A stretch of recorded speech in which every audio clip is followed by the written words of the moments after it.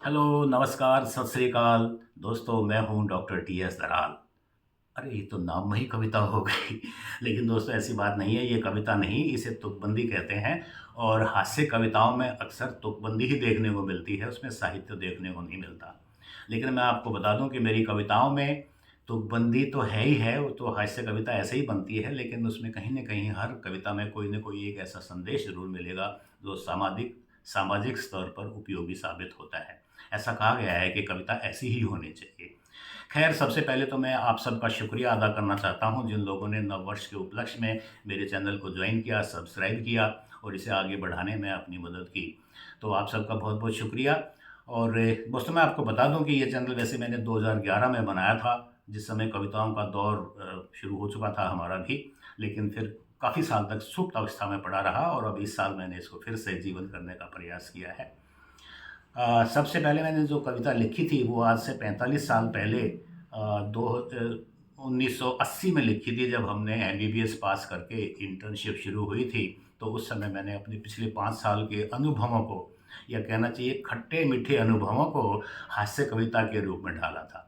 दरअसल हुआ यूँ कि नादानी में हम बहुत सारी गलतियाँ करते हैं। हर सब्जेक्ट में कहीं न कहीं कोई ऐसी गलती हमसे हुई, लेकिन हमारे टीचर्स, प्रोफ़ेसर्स इतने अच्छे थे कि उन्होंने हमें हतोत्साहित नहीं किया, बल्कि प्रोत्साहित करके हमारा एक तरह से ह हमारा साहस बढ़ाया, उत्साह बढ़ाया, और हमें जिसका नतीजा ये हुआ दोस्तों कि 11 में से 11, और सभी किसी भी सब्जेक्ट में मेरी सप्ली नहीं आई, और सब के सब सब्जेक्ट मैंने फर्स्ट अटेम्प्ट में ही पास किए।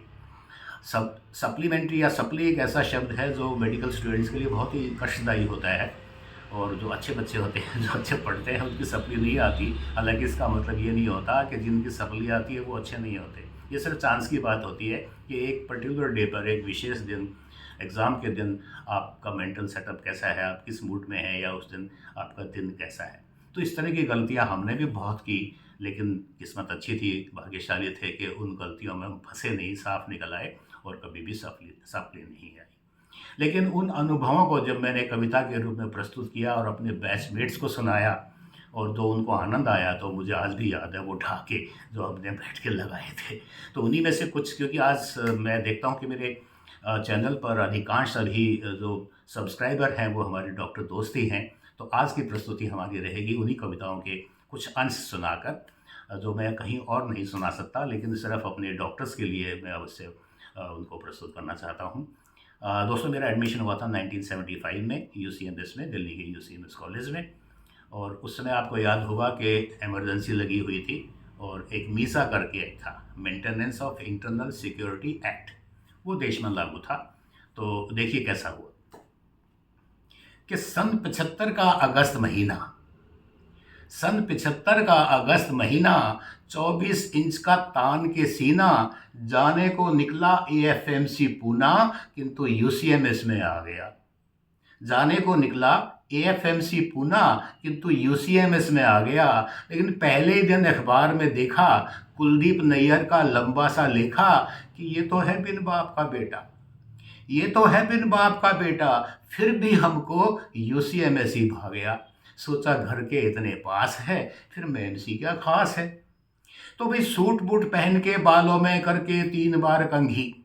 उन दिनों में 3 बार करते थे, आजकल 30 बार करते हैं, क्योंकि बाल ही सर पर चाल हैं, बाल ही सर पर 4 हैं, और कहते हैं कि ये तो आप जानते ही हैं कि प्रेशियस चाइल्ड की देखभाल ज़्यादा करनी पड़ती है। तो भाई सूट बूट पहन के, बालों में करके 3 बार कंघी, पहुंच गए कॉलेज, किंतु गेट पर ही सीनियर्स ने धर दबोचा और बोले, बेटा टेस्ट करेंगे तुम्हारी नॉलेज। एक बोला, है फ्रेशर, कुछ करिश्मा करके दिखलाओ, जाओ सामने वाली लड़की का नाम पूछ कर आओ। हमने कहा नाम नहीं पूछेंगे, हमने कहा नाम नहीं पूछेंगे, हमको उनसे क्या लेना, मेरी क्लास होनी है, अब जल्दी जाने देना। तो देख हमारी बॉडी, 24 इंच वाली देखिएगा, कि देख हमारी बॉडी, बॉस कुछ सोच में पड़ गए, और उन्हें सोचते देख हम और भी अकड़ गए। तभी दूसरा बोला, भैया इमरजेंसी लगी है, कुछ नहीं कर पाएंगे, इमरजेंसी लगी है, कुछ नहीं कर पाएंगे, अगर कुछ गड़बड़ की तो मीसा में पकड़े जाएंगे। तो भाई पाला तो पड़ गया था खिलाड़ियों से, पाला तो पड़ गया था खिलाड़ियों से, किंतु इमरजेंसी ने बचा लिया हमें झाड़ियों से। जी हाँ, उन दोनों में हमारे कॉलेज में रूम्स कम होते थे, कमरे कम होते थे, लेकिन कैंपस में झाड़ियाँ बहुत ज़्यादा होती थी, जिसमें रैगिंग की जाती थी बच्चों की। हालाँकि हमारे समय पे रैगिंग नहीं हुई थी और हमने भी कभी किसी की रैगिंग नहीं करी, क्योंकि मैं व्यक्तिगत रूप रैगिंग के पक्ष में नहीं हूँ। लेकिन वो समय था और कॉलेजेस में अक्सर देखने को मिलता ही है कि रैगिंग तो होती ही होती है। तो देखिए, ये एक्सपीरियंस था हमारा, पहला पहला अनुभव था ये। उसके बाद हमारे सेशन शुरू हुए, एग्ज़ाम शुरू हुए, बहुत सारी गलतियाँ हमने की। उन्हीं के कुछ उदाहरण मैं आपके सामने रखता हूँ। जैसे हमारे बायोकेमिस्ट्री के पेपर में एक नहीं, फिजियोलॉजी के ही पेपर में एक क्वेश्चन था, right the process of urine formation. अब हुआ क्या कि मैंने गलती से उसको यूरिया समझ लिया, यूरिया फॉर्मेशन। तो मैंने भाई पूरा पूरा यूरिया साइकिल टिप दिया, बहुत बढ़िया, मेरे को अच्छी तरह आता था, सारा लिख के आ गया। जब बाहर निकला तो पता चला कि वो यूरिया फॉर्मेशन नहीं, यूरिन फॉर्मेशन था। 25 नंबर का, 25 अंक का वो सवाल था, पूरा पूरा गलत हो गया। और ये बात जब मैंने जाकर अपने प्रोफेसर्स को बताई तो उन्होंने जो ठाका लगाया वो मुझे आज भी याद है। लेकिन दोस्तों, मेरे को आता दोनों ही था, यूरिया भी आता था और यूरिन फॉर्मेशन भी आता था। इसलिए वाइवा में जब उन्होंने मेरे से वो पूछा तो मैंने सबका सब पूरा बताया और इस तरह से मैं पास हो गया।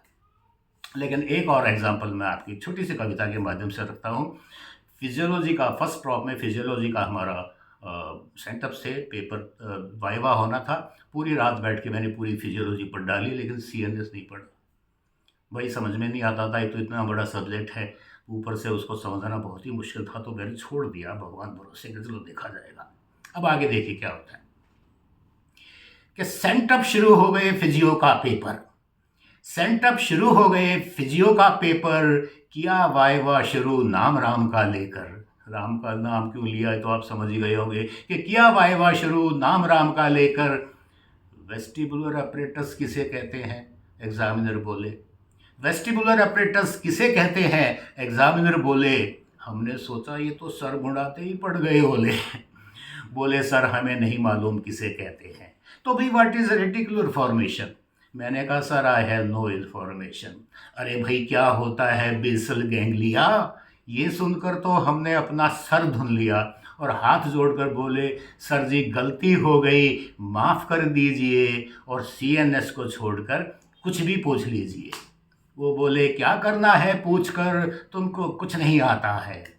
क्या करना है पूछकर, तुमको कुछ नहीं आता है। अरे कैसे पूछें, और हमको भी तो बस सीएनएस ही आता है।